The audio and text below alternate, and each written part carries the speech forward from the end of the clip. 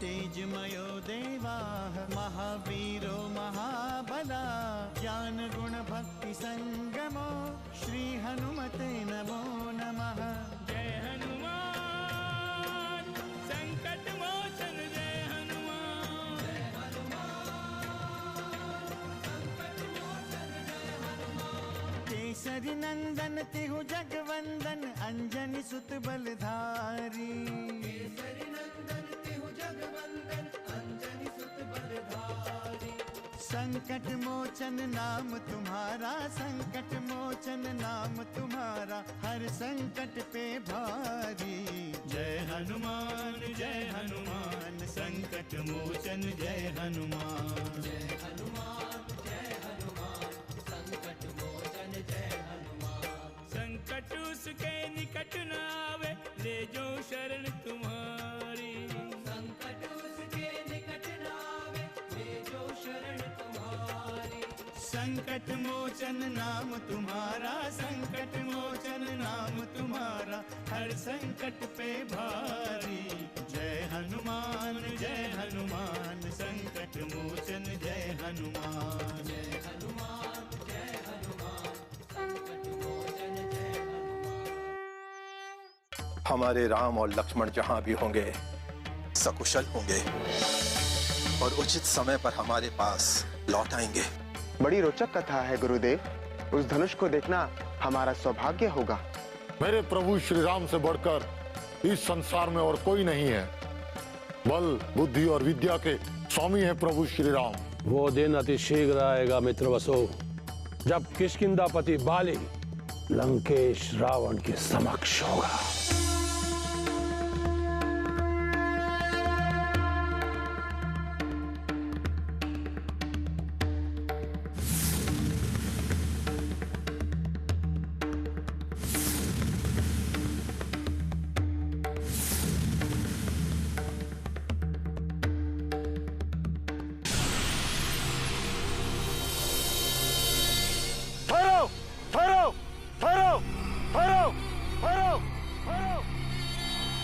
इस क्षेत्र में घुसने से पहले हम लोग से युद्ध करना पड़ेगा।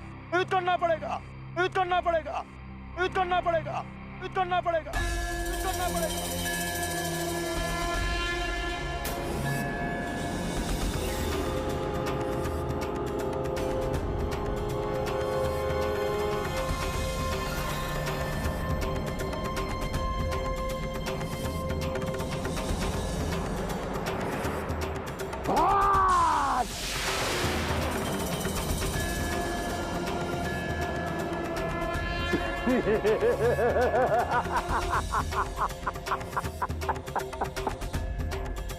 बोल लंकेश।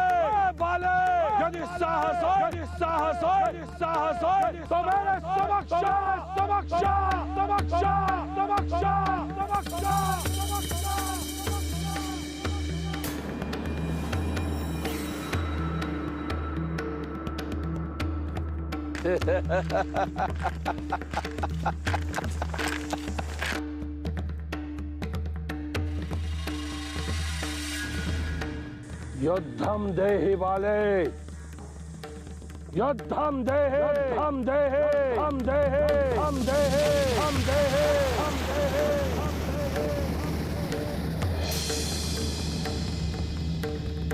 युद्ध के समय भगवान का स्मरण कर रहा है। यदि युद्ध से बचना चाहता है तो लंकेश का स्मरण कर। लंकेश का बोल जय लंकेश।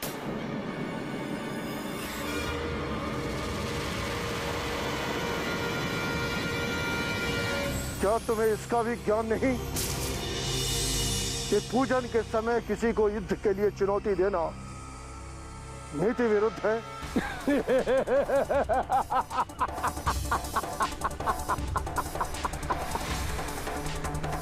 परम ज्ञानी दशानन रावण को नीति और अनीति का पाठ पढ़ा रहा है।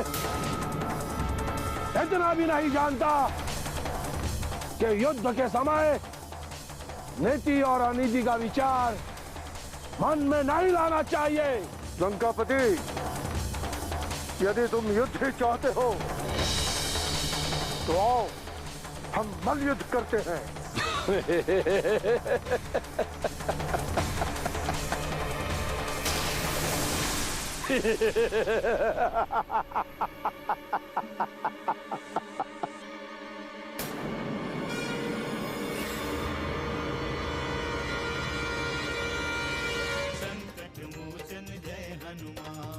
पुनः मेरे होते हुए आप लोगों को चिंता करने की कोई आवश्यकता नहीं है महाराज सुग्रीव।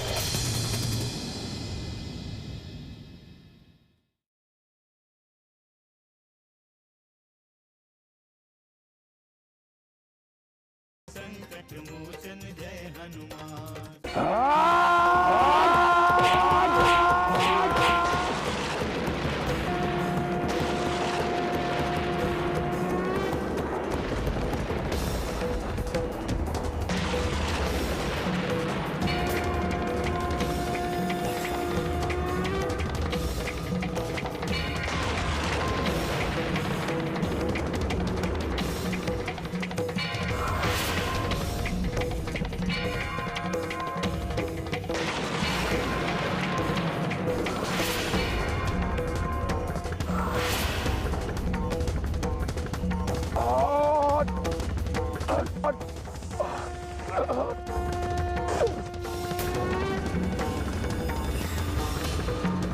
ये तो अनर्थ होने वाला है स्वामी। किसी भी तरह इस युद्ध को रोकिए। संसार के दोनों महाबलियों को अपनी अपनी शक्ति का अनुमान होना चाहिए देवी। किंतु रावण को आपने आशीर्वाद दिया है स्वामी, वो कैसे परास्त हो सकता है? देवी, बाली को भी तो साक्षात ब्रह्मा ने ही वरदान दिया है। तो क्या ये युद्ध अनिर्णित होगा स्वामी? यह देखना तो अभी शेष है देवी। यदि लंकेश को सर्वशक्तिमान होने का वरदान मिला है तो बाली को भी वरदान मिला है देवी कि जो भी उससे युद्ध करेगा उसकी आधी शक्ति उसे प्राप्त हो जाएगी। तो परिणाम स्पष्ट है स्वामी।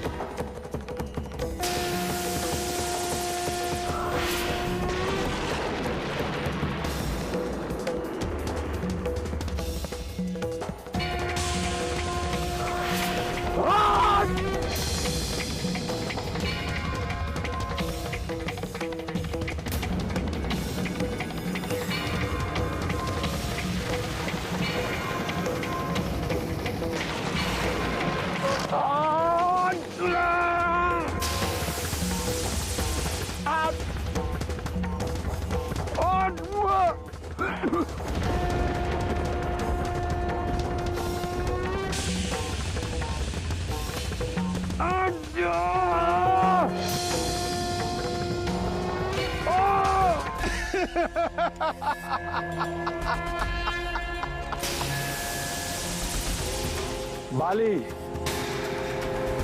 तुम सत्य में महाबली हो। इस दशानन रावण को यह ज्ञात हुआ था कि किष्किंधापति बाली जिस किसी से भी युद्ध करता है उसकी आधी से अधिक शक्ति बाली के अंदर समावेश हो जाती है। आज इस बात का हमें साक्षात्कार भी हो गया। अद्भुत, अद्भुत। हम तुम्हारे इस अद्भुत बल को प्रणाम करते हैं और तुम्हारी ओर मित्रता का हाथ बढ़ाते हैं। बाले, मैं भी अपने आप को भाग्यशाली समझूंगा यदि लंकेश मेरे मित्र होंगे। परंतु नहीं बाली, अभी हमारी मित्रता पूर्ण नहीं हुई है। आप कहना क्या चाहते हैं लंकापति? अभी हम दोनों को अग्नि को साक्षी मानकर अपनी मित्रता का अनुष्ठान पूर्ण करना है। मैं इसकी स्वीकृति देता हूं। तो ठीक है बाली, आज से हम दोनों मित्र सुख का उपभोग एक साथ करेंगे और दुख और विपत्ति में भी एक दूसरे के सहयोगी रहेंगे।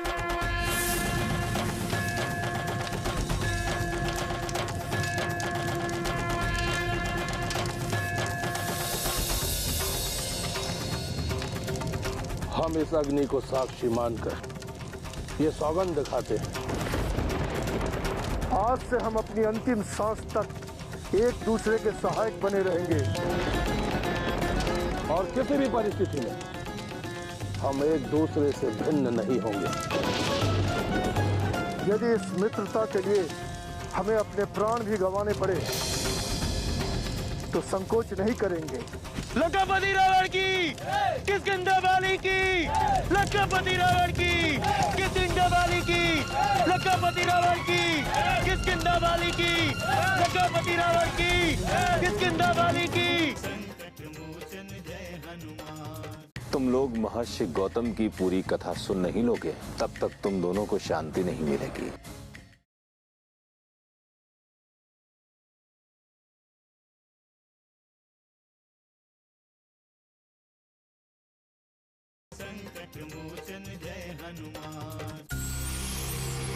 महाराज सुग्रीव की जय हो। क्या सूचना लाए हो सूचक? बाली ने पुनः आक्रमण की योजना बनाई है? नहीं महाराज, लंकापति रावण ने महाराज बाली से मित्रता कर लिया है।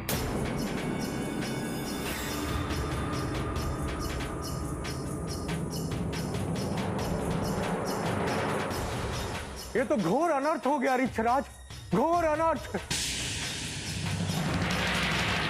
भ्राता बाली और लंकेश की सम्मिलित शक्तियां असंभव को भी संभव कर सकती है। भ्राता बाली स्वयं मतंग क्षेत्र में प्रवेश नहीं कर सकते, इसलिए योजना पूर्वक उन्होंने लंकेश से मित्रता की होगी। मेरे वध के लिए लंकेश की सहायता लेंगे और जब लंकेश स्वयं विश्व विजय के लिए प्रस्थान कर चुका है तो उसका मतंग क्षेत्र में आना स्वाभाविक है। ये अवश्य ही चिंता का विषय है। लंकेश, रावण और बाली की मित्रता हमारे लिए अशुभ संकेत है। आप चिंता न करें ऋतराज जी, जहां मेरे प्रभु श्री राम के नाम का जाप होता हो वहां कुछ अशुभ हो ही नहीं सकता। पुनः मेरे होते हुए आप लोगों को चिंता करने की कोई आवश्यकता नहीं है महाराज सुग्रीव। एक बात और महाराज सुग्रीव, भय मनुष्य को दुर्बल बना देता है। जो लोग स्वयं पर विश्वास नहीं करते महाराज सुग्रीव, ईश्वर भी उनकी सहायता नहीं करता है। आत्मबल से बड़ा कोई बल नहीं होता है महाराज सुग्रीव। आप इसका सदैव स्मरण रखिए, ईश्वर आपकी सहायता करेगा। मैं आपसे पूर्णतः सहमत हूं हनुमान, परंतु मैं आपकी तरह ज्ञानी और बलशाली नहीं हूं। ईश्वर सभी को सब कुछ नहीं देता। मैंने तो अपने इस जीवन में भ्राता बाली को ही अपना ईश्वर माना था, परंतु आज वही मेरे सबसे बड़े दुश्मन है। हनुमान सत्य कह रहे हैं महाराज सुग्रीव। मनुष्य को कभी भी निराश नहीं होना चाहिए। ईश्वर सदैव ही न्याय करता है। तुम्हें भी न्याय अवश्य मिलेगा। परंतु कब ऋक्षराज? कब तक हम ऐसी ही प्रतीक्षा करते रहेंगे? हमें प्रभु श्री राम की प्रतीक्षा करनी चाहिए महाराज सुग्रीव। मेरे प्रभु श्री राम हम लोगों की सहायता के लिए अवश्य आएंगे। पुनः हमारे जीवित होते हुए आपको किसी भी परिस्थिति में भयभीत होने की कोई आवश्यकता नहीं है महाराज सुग्रीव। कदापि बाली का वध हनुमान के हाथों नहीं हो सकता, परंतु हनुमान के रहते हुए बाली और स्वयं लंकेश रावण मिलकर भी हमारा कुछ भी अनिष्ट नहीं कर सकते।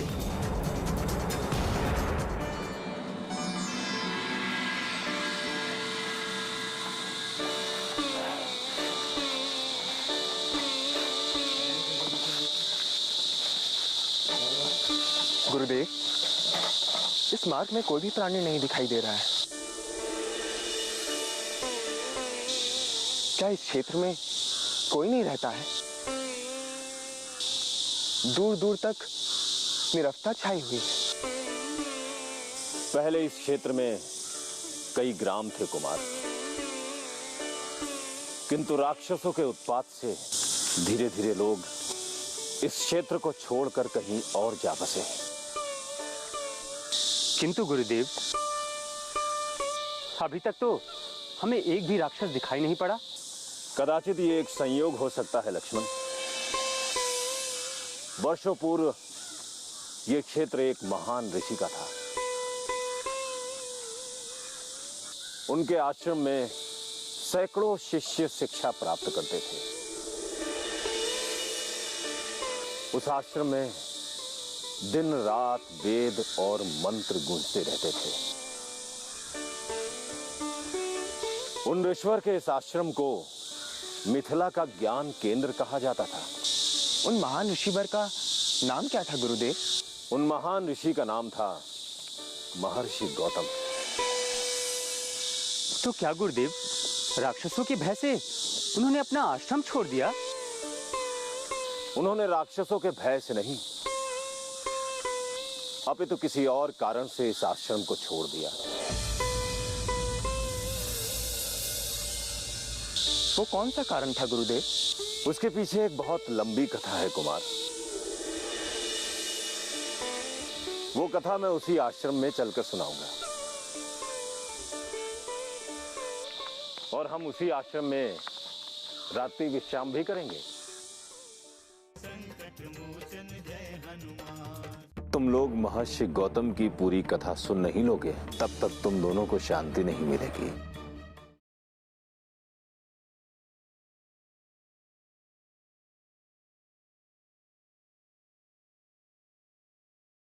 संकट मोचन जय हनुमान।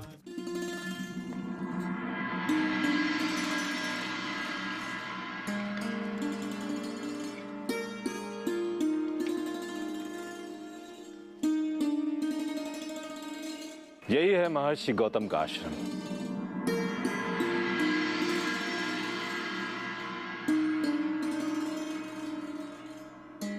कुमारों, एक बार की बात है, महर्षि गौतम ने इस आश्रम में विद्वानों की सभा बुलाई थी। उस दिन इस आश्रम को फूल पत्तियों और वंदन बारों से सजाया गया था।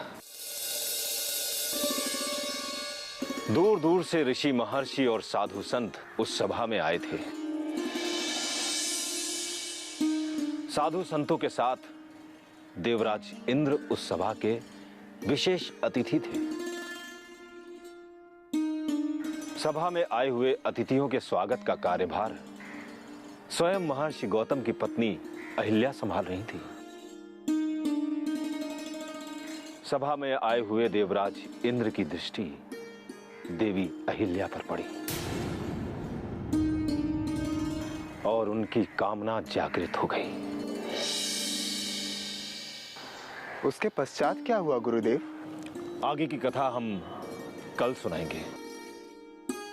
उसके पूर्व हमें आश्रम में ठहरने की व्यवस्था करनी है।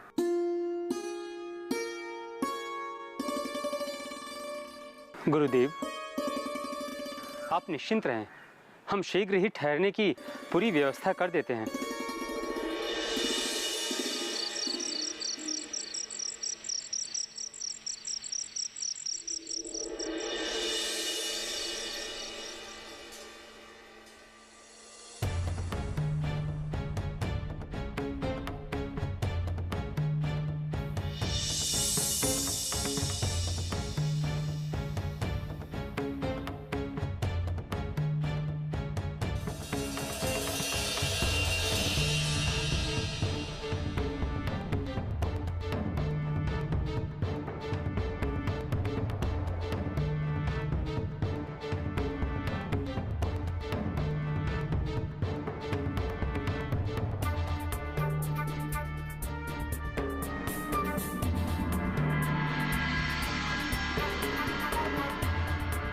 क्या हुआ लक्ष्मण? नींद नहीं आ रही है क्या? भैया, मुझे तो लगा केवल मैं ही जग रहा हूं। क्या आपको भी नींद नहीं आ रही है? मुझे नींद तब तक नहीं आएगी लक्ष्मण, जब तक मैं महर्षि गौतम की संपूर्ण कथा सुन नहीं लेता। गुरुदेव ने भी उस कथा को बड़े ही विचित्र मोड़ पर ला खड़ा किया है। हाँ भैया, मेरी भी स्थिति यही है।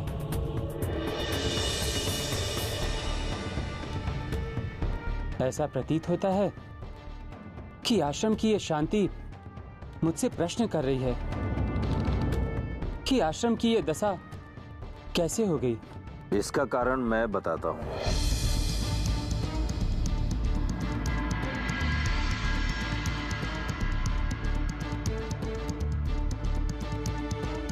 आप भी अभी तक जाग रहे हैं गुरुदेव? मैं तुम दोनों की बातें सुन रहा था। मुझे पता था कि जब तक तुम लोग महर्षि गौतम की पूरी कथा सुन नहीं लोगे, तब तक तुम दोनों को शांति नहीं मिलेगी। हाँ गुरुदेव, आपने देवराज इंद्र के बारे में। विद्या के इस केंद्र की दुर्दशा के कारण देवराज इंद्र ही है।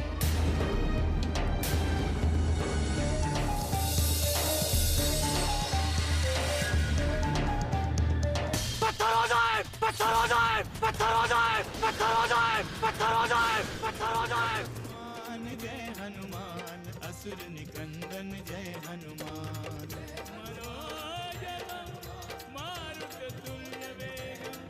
जितेन्द्रियं बुद्धिमतां वरिष्ठं वातात्मजं वानरयूथमुख्यं श्रीरामदूतं शरणं प्रपद्ये।